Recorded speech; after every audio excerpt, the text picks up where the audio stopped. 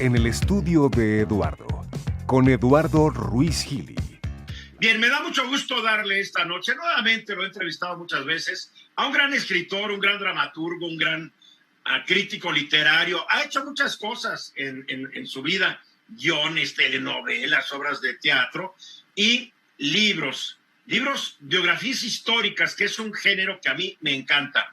Tengo en mis manos su obra más reciente, que se llama Matilde. Aquí lo ven, Matilde. Carlos Pascual, ¿cómo estás? Buenas noches. Pues muy bien, querido Eduardo. Como siempre que platico contigo, muy bien y muy contento. Tu libro es un gran descubrimiento, porque es un libro biográfico, y yo te quiero decir la verdad. Bueno, uno es ignorante, como decía Sócrates, solo sé que no sé nada, y mientras más estudias, más te das cuenta que eres más ignorante. Sin duda. En inglés hay un viejo dicho que quiere decir, que dice, ignorance is bliss. La ignorancia es éxtasis, porque pasas la vida ignorante y no te das cuenta de todo lo que pasa. Pero tu libro me pone en contacto con un personaje que yo no sabía y a la cual no hay mujer en México que no le deba gran parte de lo que es hoy. Y hablo de la biografiada de tu libro, Matilde Montoya. ¿Cómo la descubres y por qué se te ocurre hacer una novela de Matilde Montoya? Bueno, mira, ¿cómo descubrí a Matilde Montoya? Mi familia es una familia de médicos, fíjate. La mía también, pero yo no sabía.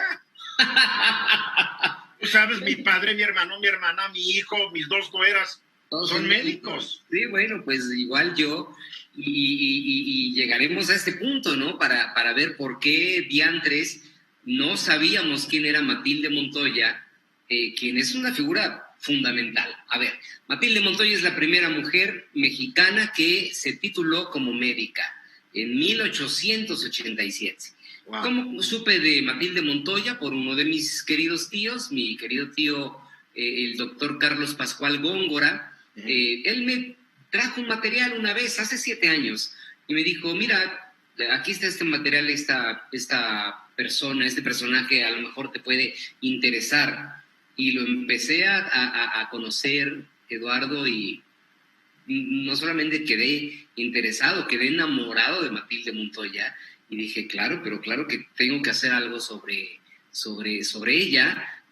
No sé si una novela, no sé si una serie, si una película, porque es una gran historia. Es decir, la historia ya de Matilde Montoya, la fragua, es un novelón, con todo lo que le pasó, con todo los obstáculos que tuvo que sortear, con todas las dificultades, las epidemias, ojo, porque ahorita estamos hablando del coronavirus, pero hace 120 años pues los mexicanos se encerraban cada 3 semanas porque venía la epidemia de cólera, de tifoidea, de tuberculosis, de horrible, fiebre amarilla.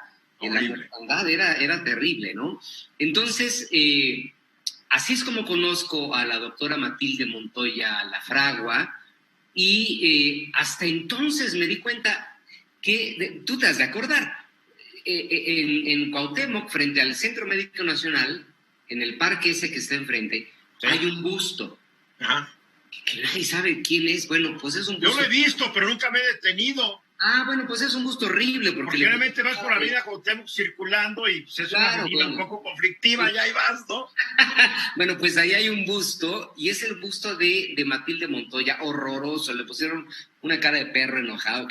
Y eso cuando lo ves, cuando no está tapado por los puesteros de tortas y los comerciantes y todo, en fin.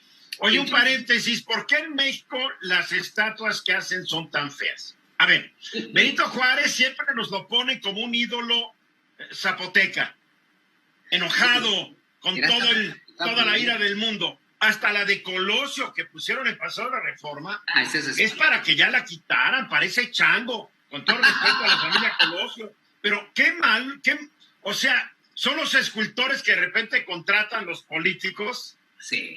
Y no contratan talento, caray, en serio. Tú caminas por las ciudades y ves esculturas muy feas, o con un pedestal de este tamaño y una escultura de este tamaño, o una escultura de este tamaño y un pedestal. No, me rindo. Es paréntesis al margen, ¿eh? No, terrible, sí, no, completamente de acuerdo. Bueno, pues esa escultura es de Matilde Montoya, la primera médica mexicana.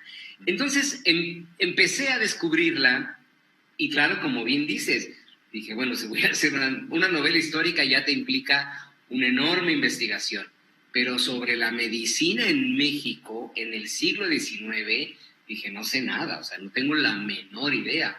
Así es que empecé Wow. a nada, a abrir la mente y a entrar a una librería de viejo y un libro que me hubiera pasado de noche en cualquier otro momento que dijera el licor de la Barrac, primer anestésico en la medicina mexicana, pues yo me lo hubiera pasado de largo, ¿ves? Claro. Pero en este momento, ya que tienes en mente este proyecto, lo pescas el libro y te lo Yo compras. ahí tengo varios libros médicos de fines del 19, pero están en alemán, te hubieran servido. Ah, mira, me hubiera servido bastante. Bueno, yo tengo también por ahí 2 recetarios ya de la Escuela Nacional de Medicina, fantásticos, son unas joyas. Entonces, te empiezas a hacer de una biblioteca, una pequeña biblioteca que empieza a ir creciendo y empiezas a hundirte en ese mundo, a descubrir. Por fortuna, claro, no es una época tan lejana finalmente.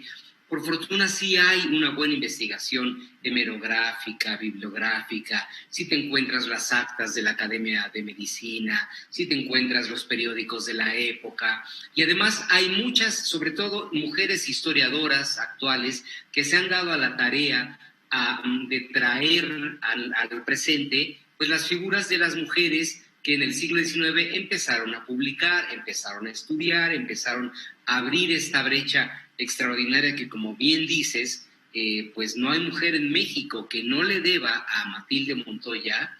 Pues vamos, mira, ahora que viene en el Paseo de la Reforma, que van a ser el Paseo de las Mujeres Ilustres, empezaron con Leona Vicario, la segunda escultura, que espero que la hagan bonita, es precisamente la de Matilde Montoya, y a mí me da mucho gusto.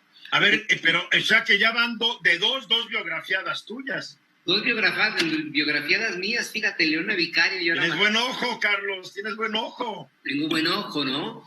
Oye, pero a ver, dime, ¿no puedes tú contribuir a que la escultura la haga alguien que sí sepa? Porque la verdad, la 4T no se caracteriza. Acuérdate que el que fue jefe de gobierno de la Ciudad de México, al Paseo de la Reforma lo hizo pomada metiendo esas pirámides, ¿te acuerdas? Donde antes había jardineras y plantas. O sea, como que la estética no es el fuerte, no es lo suyo, ¿no? Del gobernante de la República. Y no sé si de la jefa de gobierno lo sea, no lo creo. ¿No podrías tú participar para que sea una cultura bonita, basada en tantas, bueno, hay pocas fotografías, pero hay fotografías de las diferentes etapas de la vida de Matilde? La fotografía más famosa de ella debe tener ella unos 60 o 70 años, y ya es una matrona regordeta, no muy agraciada. Pero nunca fue muy agraciada ni flaquita, ¿no? Hay algunos grabados recién graduada, y aunque era rellenita, como muy de la época, era muy, muy bonita, muy bonita. Vamos a los mensajes y regresamos a hablar con Carlos Pascual. Su último libro, la biografía novelada de Matilde Montoya. Guionista, productor de teatro, actor, cantante. Tú eres como Miguel Ángel, mi querido Carlos, en lo que es arte escrito y las formas plásticas, el arte de la palabra, sea hablada o sea escrita. Has incursionado en todos los medios. No más falta que me digas que el cuadro, muy bonito por cierto, que está atrás de ti, también lo pintaste. No pinto yo, no, las artes gráficas. Soy un gran admirador y coleccionista de artes gráficas, pero no se me dan. Mira, en realidad me he dedicado a 2 disciplinas, a mucha conciencia, eso sí, que son a las letras y a la música, ¿no? Y una cosa te ha llevado a otra, y la música te lleva a la ópera, y la ópera te lleva al teatro, y el teatro te lleva a la dramaturgia al guionismo. En fin, estoy un poco sobre lo mismo siempre, ¿no? Es letras y música, nada más. Vamos a hablar otra vez de tu libro, Matilde, porque a mí me intriga mucho esto. A ver, tú estás escribiendo una novela o una biografía novelada. Pero esta mujer, si no me falla la memoria, se murió en 1939. Así es. Y me imagino que toda la gente que la conocía ya también se murió. Sí, ya. No sé si tuvo hijos, descendencia, que recuerden a la mamá o a la abuelita, pero se murió en 1939, yo creo que hasta sus hijos ya fenecieron. Sí, de hecho hay una historia por ahí extraordinaria que no está en la novela porque no tenía nada que ver. Ella no tuvo hijos, ella adoptó a 4 muchachos cuando era ya ella una señora de 40 años. Y cuentan, ni siquiera hice el intento por buscar los descendientes ni nada porque no estaba en el objetivo de la novela. Cuentan que fueron un poco ingratos con ella, que la dejaron un poco abandonada a su suerte. Y la única que sí la quería mucho era pianista, Esperanza. Bueno, pues la historia de esa mujer es también como para una película, porque esa niña, esa muchacha Esperanza, que la doctora Montoya le pagó sus estudios musicales, le pagó inclusive irse a vivir a Alemania para que estudiara piano. Ahí se enamoró de su maestro de piano, que era judío. Y al llegar el nazismo, eso ya no lo vio la doctora Montoya, lo cual la vida fue piadosa con ella. Al llegar el nazismo, encerraron al marido y a Esperanza en un campo de concentración. Y el marido le dijo, pero tú eres mexicana, tú eres católica, tú no tienes nada que hacer aquí. Pero bueno, es una historia de amor y un sacrificio enorme. Y sabes que se nos murió Esperanza en un campo de concentración. Pero es que mucha gente ignora que el mismo Hitler, y lo escribió en Mein Kampf, que las razas latinoamericanas, entre ellas la mexicana, también eran razas defectuosas. Sí, claro. Y de haber ganado en la guerra, y esto lo digo porque siempre hay admiradores mexicanos de Hitler, es increíble. Que no sé si son ignorantes o estúpidos, que admiran a alguien que dijo que si él uno de sus proyectos también era usar a los mexicanos, latinoamericanos como animales de carga y animales de trabajo esclavo, y cuando no sirvieran, a la cámara de gas. O sea, este tipo no quería mucho a la gente. No. Bueno, mira, ignorantes y estúpidos, pues sí, pero ahí está el maestro de las Américas, ¿no? Y eso nadie lo dice, siempre le dan la vuelta a la revista Titán de Héctor Vasconcelos, José Vasconcelos, y su apoyo indiscutible al régimen, y en esa revista escribía el doctor Atl también. Bueno, y los sinarquistas enamorados de Hitler. Sí, claro. Porque los sinarquistas eran antijudíos, eran católicos, que seguían creyendo que los judíos mataron al Mesías. Digo, nos apartamos, nos salimos. A ver, entonces, la pregunta es, ¿cómo imaginas una novela? Porque, bueno, lo hiciste con León el Vicario también y nunca te lo pregunté, pero ¿cómo imaginas una novela de una persona que ya murió y que todos sus contemporáneos ya murieron, su descendencia ya murió? ¿Cómo te informas de cómo pensaba, qué sentía? ¿Te vas a su correspondencia, si es que dejó correspondencia? O sea, esta es una labor muy complicada, porque, por ejemplo, yo estaba arreglando unos libros hace rato y me encontré el famoso Anhelo de vivir de Irving Stone, ¿no? Que es la biografía de Vincent Van Gogh. Pero él tenía todas las cartas. Vincent Van Gogh escribió demencialmente, y puedes conocer al artista. Yo he leído todas las cartas y lo llegas a conocer en su genialidad y su chifladura. Pero ¿cómo llegas a conocer a Matilde? ¿Qué está pensando? ¿Qué está haciendo? ¿Qué está sufriendo? ¿Cómo pelea? A ver, explícanos eso. Bueno, hay dos caminos. Me voy a ir a la explicación más rápida, que es la ficción sustentada. Es decir, efectivamente yo no puedo saber cómo hablaba Matilde o cómo reaccionó en específico a un evento. Entonces tú tienes que sustentar una ficción, es decir, algo que a lo mejor ocurrió, pudo haber ocurrido, y tú lo desarrollas, pero con un sustento histórico, digamos, ¿no? O sea, que te vas a la fuente histórica y cómo trataban a una mujer que quería descollar en el último cuarto del siglo XIX, por ejemplo. Exactamente. Y por otro lado, sí, las fuentes bibliográficas. Mira, la vida de Matilde Montoya está muy bien documentada, inclusive se convirtió mientras ella era alumna de la Escuela Nacional de Medicina, era la comidilla de la sociedad mexicana. Así es que se escribían en los diarios, en los periódicos, artículos furibundos en contra de ella o muy encomiosos a favor, casi a diario durante sus estudios. Aquí citas una cita en la contraportada, en el periódico El Amigo de la Verdad. Así que quede claro, El Amigo de la Verdad. En 1881, fíjate lo que escriben de ella. Cuán perversa debe ser esta mujer como para ser capaz de querer estudiar medicina con tal de ver hombres desnudos. Imagínate. ¿Y lo podrías cambiar? ¿Qué tan perverso debe ser este hombre como para ser capaz de querer estudiar medicina con tal de ver mujeres desnudas, no? Claro. Obviamente el autor de esta frase no era muy inteligente y era muy prejuicioso, ¿eh? Muy prejuicioso, sí. Bueno, pues ese tipo de frases, ese tipo de artículos me los encontré en muchos lados. Ahora, hay otro gran personaje, porque es que esta novela, mira, está llena de grandes personajes. Hay otro gran personaje que también tenemos muy olvidada, que es una periodista que a pesar de su nombre, porque se llamaba Laureana Wright de Kleinhaus, era guerrerense, era más mexicana que el mole. Laureana Wright González se llamaba, después se divorció del marido, lo mandó a paseo y se quitó el Kleinhaus y se quedó con el Wright, el abuelo era irlandés. Bueno, Laureana Wright fue periodista, fue investigadora, una mujer muy aguerrida, pues lo que sería en los inicios de la lucha feminista en nuestro país, naturalmente.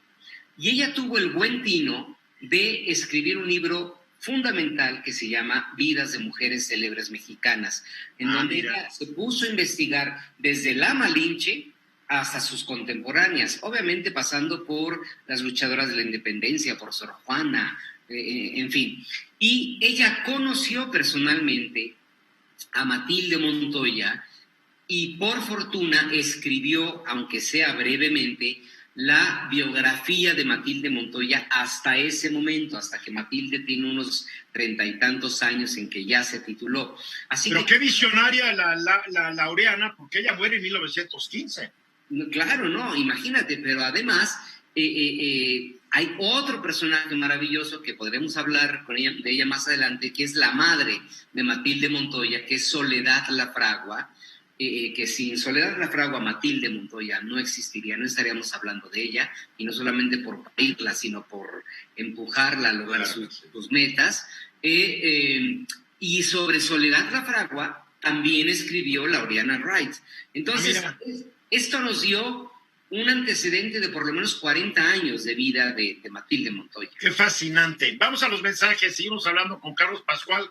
Su última obra, Matilde, léanla. La van a disfrutar y van a aprender mucho. Y es un ejemplo de mujer que pelea, que nunca se dejó. Bárbara mujer. Después hay gente que te dice que eres historiador y tú siempre has sido muy preciso. No soy historiador. No. Porque una cosa es ser historiador y otra cosa es escribir novela histórica. Son dos cosas diferentes. Soy un buen investigador. Sí, claro. No, historiador no, yo respeto mucho el título, no. El curso de esta plática, estamos hablando de esta extraordinaria mujer, Matilde Montoya. Pero también surge entonces el nombre de Laureana Wright, que era hija de un gringo y de una guerrerense que se llamaba Eulalia González. Sí. Pero también estás hablando de Soledad Lafragua, la mamá de Laura Montoya. Y las tres aparentemente fueron mujeres muy distinguidas en la época que les tocó vivir. Y la pregunta que me hago, ¿por qué nadie lo sabe? ¿Por qué nuestra historia, y esta es una frase tuya, está llena de héroes, hombres, mártires todos? El único general que tenemos que ganar una batalla fue Zaragoza, porque los demás generales siempre perdieron todas, empezando por el general Cuitláhuac y el general Moctezuma. Y Zaragoza se nos murió al mes de haber ganado la Y batalla. le da tifo y se muere. Claro, después dice que ya ganó Porfirio Díaz la batalla del 2 de abril. Sí, pero es cuando ya los franceses dijeron, ya nos vamos, ¿no? Ya sé, claro. Entonces tenemos esta historia, que son puros héroes, la mayoría perdedores, porque la mayoría los fusilaron, los colgaron, los asesinaron, los traicionaron, etcétera. Pocos triunfadores, pero no hay mujeres en nuestra historia. Bueno, está doña Josefa, está Leona Vicario y está doña Josefa y doña Leona Vicario y... ¿Serio? Sí, es terrible, es terrible. Mira, Sí, no. ahora que se reeditó en una edición conmemorativa a La Insurgenta, mi novela sobre Leona Vicario, Buenísima, me encanta ese libro. escribí en el nuevo prólogo, empecé con una frase contundente: nunca más la historia sin las mujeres. Ya, o sea, ya no puede ser, por favor, ya hay que... Y no es treparme a una ola feminista, y que yo con este nuevo feminismo no creas que comulgo gran cosa, y el lenguaje inclusivo me parece una mamada, Pero ahí vamos a hacer un programa sobre feminismo. Sería buenísimo. A ver, pero, a ver, hemos hablado de gobiernos revolucionarios. Sí. No las pelaron. Estamos hablando de gobiernos conservadores, como es debido, no las pelaron. Claro. Pero ahora tenemos un gobierno architransformador y tampoco veo que les hagan caso. Bueno, Sí. ya van a tener el paseo de la reforma, su extensión de mujercitas. Pero, ¿y? Claro. Pero bueno, a ver, vamos a ver una cosa. Finalmente tú lo sabes muy bien, porque obviamente lo sabes tú. Los cambios los generan las sociedades, no los gobiernos, ¿no? Cierto. Y me parece que las mujeres son las que han hecho su camino y han abierto su brecha, y es las que han hecho los cambios. Y además las sociedades, pues tú lo sabes también muy bien, no es un monolito que se mueva a la misma velocidad ni en la misma dirección. Son oleajes, se quiebran, regresan, entran, llegan, ¿no? Pero específicamente hablando de Matilde Montoya, regresando al planteamiento es, claro, a ver, tú y yo somos personas que nos podemos considerar instruidas, ¿no? Que algo hemos leído. Tú tienes detrás de ti 12,000 libros. ¿Cómo es posible que no supiéramos hasta estas alturas de nuestras vidas que existió Matilde Montoya? ¿Está borrada de la historia nacional? Está borrada de la historia nacional. Y con ella, pero lo grave no es eso. Lo grave es que al no saber de Matilde Montoya, no sabemos cuál era el conjunto científico-médico de nuestro país en el siglo XIX, en la segunda mitad del siglo XIX, y esas son páginas luminosísimas, Eduardo. Son páginas brillantísimas. La medicina y la ciencia en médico estaban a la altura de los mejores del mundo. La misma Matilde Montoya se titula muchos años antes que grandes médicas en Europa, ya no digamos en Latinoamérica. Ella se titula, por ejemplo, 9 años antes que la gran y primera médica italiana, la doctora María Montessori. Eso te da una idea de nuestros adelantos, ¿no? Claro. ¿Y quiénes fueron sus maestros? Cuidado, te van a acusar de ser porfirista, neoconservador, neoporfirista y neofifí. Cuidado, Y neofifí. Estás utilizando un discurso subversivo. Bueno, vamos a ver. Oye, ponte serio, Eduardo. No, es que ya no sabes si mañana dices algo y en una conferencia de prensa te mencionan. Entonces, al ignorar a Matilde, es ignorar, por ejemplo, a sus maestros, ¿no? A toda la colonia de doctores que tenemos aquí en la Ciudad de México, al doctor Andrade. ¿Qué hizo el doctor Andrade? Nadie sabe que el doctor Bertis fue un oftalmólogo que le daba las cuartas en Francia a su Bertis creo que fue de los primeros en traer la operación de cataratas. Naturalmente. El doctor Eduardo Liceaga, por ejemplo, maestro de Matilde Montoya, se fue a París a trabajar directamente con Louis Pasteur. Y el convenio entre los dos era, Liceaga le enseñaba a Pasteur todo lo referente a la fiebre amarilla y Pasteur le enseñaba a Liceaga todo lo referente a la rabia. Inclusive, juntos inocularon el cerebro de un conejito con rabia. Y entonces Pasteur le dijo, ahora sí, Eduardo, vete a México lo más rápido posible para que no se nos muera el conejo.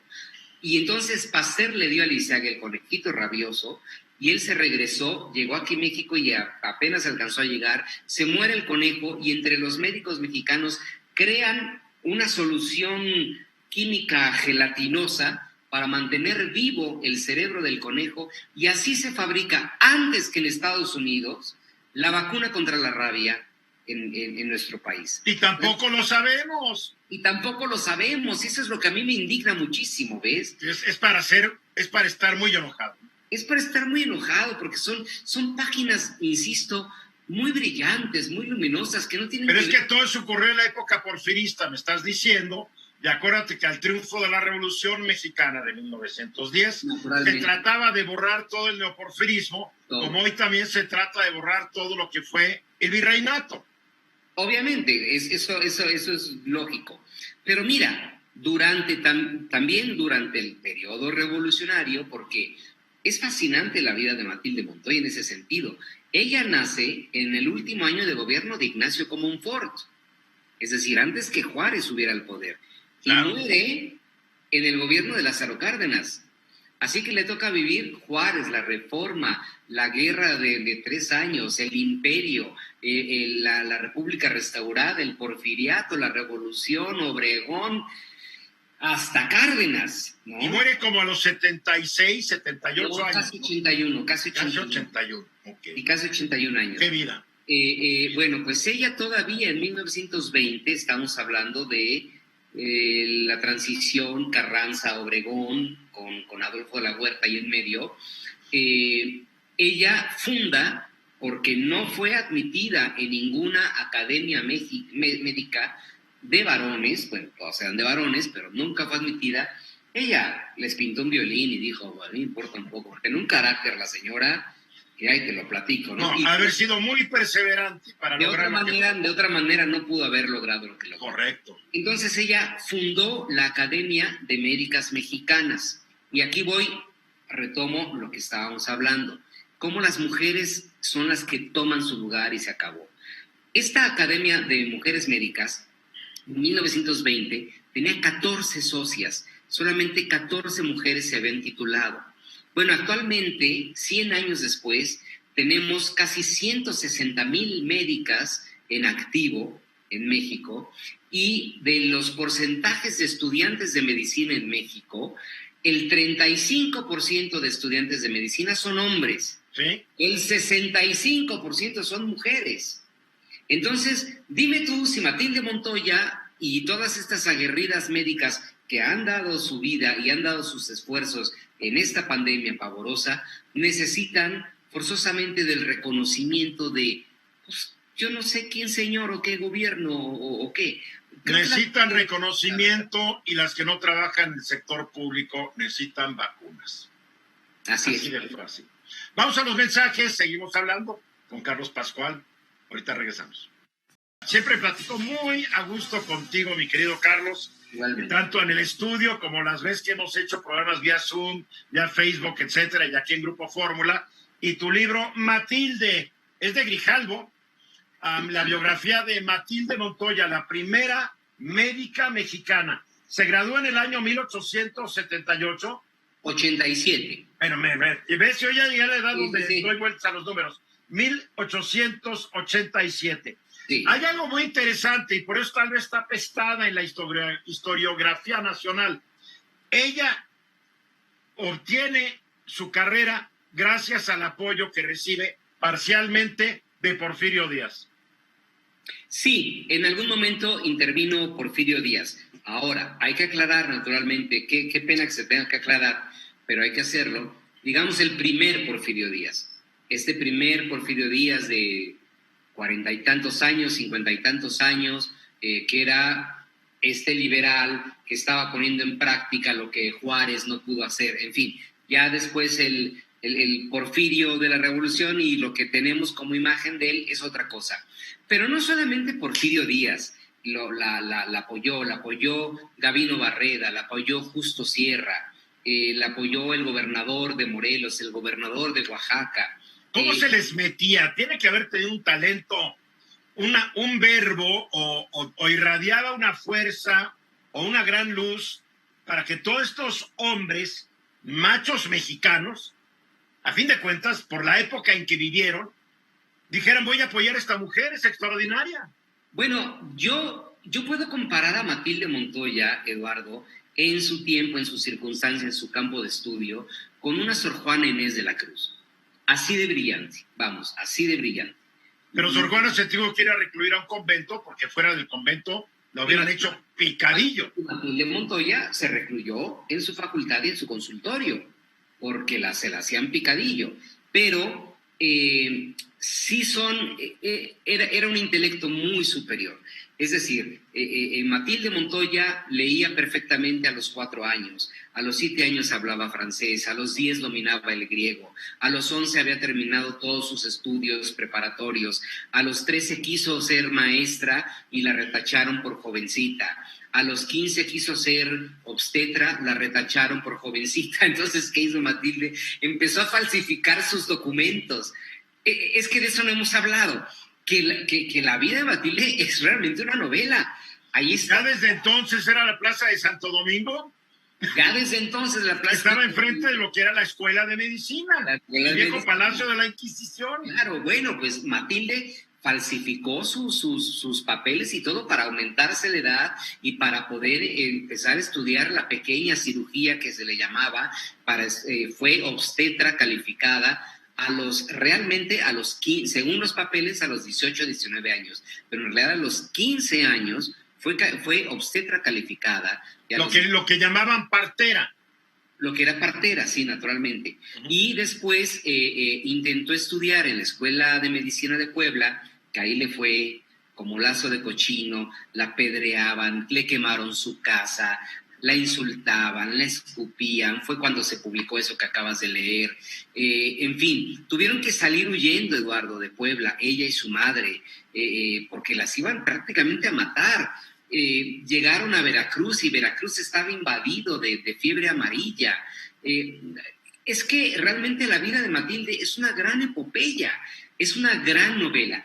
Lo único ficticio, ya que hablábamos de la ficción hace rato, lo único ficticio que escribí en el libro es un amor platónico que le hago tener con uno de sus maestros, el gran médico cirujano general brigadier don Francisco Montes de Oca, quien es el gran santón de los médicos militares, como tú muy bien lo sabes. Es el gran creador de la medicina militar. Hago que tengan un amor platónico para no romper ninguna regla, ninguna posibilidad, porque fue posible que estuviesen enamorados, pero ese es lo único ficticio de toda la novela. De ahí en fuera, las persecuciones, los insultos, las barreras, los apoyos en la universidad, se dividió la universidad ya aquí en México, los que no querían estar con ella y los que sí querían apoyarla, y los que la apoyaban eran llamados los Montoyos, porque apoyaban a la señorita.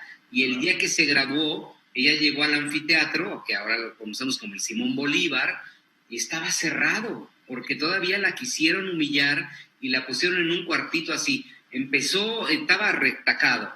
Empezó el examen, se empiezan a escuchar unas carreras y llega un ujier de Palacio Nacional y dice, ahí viene el señor presidente con doña Carmelita. Pues córrele en friega a abrir el auditorio y prepararlo todo y encender los candelabros para que llegara don Porfirio y constatara el examen profesional de Matilde, que naturalmente fue dada de alta y aprobada por unanimidad. En fin, es muy emocionante. Mira cómo me pongo de platicar nada más, pero es muy emocionante. Realmente es una historia fascinante. ¿Cómo muere Matilde y dónde descansa? Por lo menos le hicieron justicia y tal vez esté en la rotonda de las personas ilustres. Fíjate que no. Ella está enterrada en Puebla. La mamá era de Puebla y ella murió ya en Puebla, ya vivía en Mixcoac, pero después se la llevaron ya muy viejita. Se la trajeron aquí a México en el 38 porque le hicieron un homenaje en la Sala Ponce de Bellas Artes. Mira. Por sus 50 años de carrera. Le dieron su medalla y habló y todo y se fue y la retacharon a Puebla y ahí vivió en condiciones un poco precarias, y ahí está enterrada en Puebla. ¿Por qué el gran doctor Francisco Montes de Oca sí está en la rotonda de las personas ilustres y Matilde Montoya no? Esa es la gran pregunta. Pues se llama o ignorancia o discriminación. O las dos juntas. O las dos juntas, naturalmente, o las dos juntas, claro. Pero bueno, este es Matilde Montoya. La verdad es que a mí me emociona mucho hablar de ella, haber escrito la novela, porque, como decía mi maestro Luis Ríos en la facultad, lo viejo de tan viejo se vuelve nuevo. Y quien se acerque a este libro va a encontrar un México tan viejo, tan olvidado, que va a ser un México completamente nuevo, completamente sorprendente, que no vas a dar crédito. Y además somos muy malinchistas, ¿no? Pero va a decir, ¿te cae que se hacía eso en México? Oye, pero además, después de una guerra sangrienta, como fue la de los 3 años, que es de las guerras civiles más sangrientas que hemos padecido. Así es. Después de la intervención francesa. En 1872-73, con Lerdo de Tejada, estuvo lo que se considera la primera guerra cristera. Después, fíjate, o sea, violencia más violencia, y todavía lo que nos platicas que la medicina siguió avanzando. Es impresionante. Avanzando, sí. Hay un texto ahí que le pongo al director de la Academia de Medicina, recién que ha muerto Juárez y que han fusilado a Maximiliano, y que está desesperado, porque dice, perdón por la mala palabra, pero dice, ¿cuándo carajos vamos a tener paz, tranquilidad para desarrollar nuestra medicina? ¿Cuándo dejaremos de ser los médicos mexicanos los bufones del poder que reciben solamente migajas del presupuesto? Porque siempre es más importante la guerra, la campaña política, y no sé por qué me suena tan actual, ¿no? Caray. Fuera de la guerra sigue siendo el despilfarro en campañas políticas y en otros asuntos. Sin duda alguna. Y a los doctores las migajas. Y ahora la comunidad científica, porque ahora se ha ideologizado hasta la ciencia. Así es. Digo, no puede ser, ¿no? No puede ser. ¿Estás trabajando en algo nuevo? Acabo de terminar una obra que ganó afortunadamente el primer lugar en el Festival Internacional de Dramaturgia, Drama Fest, que se llama Naufragio del Futuro, que es un encuentro irreal entre Erasmo de Róterdam y Martín Lutero, quienes están encerrados en Basilea porque está la fiebre inglesa o la peste inglesa, y entonces todos están ahí. Entonces es un puenteo. Qué padre, esas historias me encantan, donde son dos intelectos discutiendo, etcétera. Sí, etcétera. Exactamente. Te la mando por WhatsApp para que la leas. Porque creo que te va a divertir mucho. Carlos, como siempre, mil gracias por estar conmigo. Tú sabes que lo aprecio, admiro mucho tu talento y tu persona. Y al público invitarla, que este libro lo pueden comprar así en edición antigua o también está en edición digital. En todos lados, está en todos lados y en todas formas. No hay pretexto. Te felicito y te mando un fuerte abrazo y síguete cuidando, Carlos Pascual. Querido. Un abrazo, cuídate mucho. Gracias a todos, ya nos vamos. Esta fue una producción de Grupo Fórmula. Encuentra más contenido como este en radioformula.mx.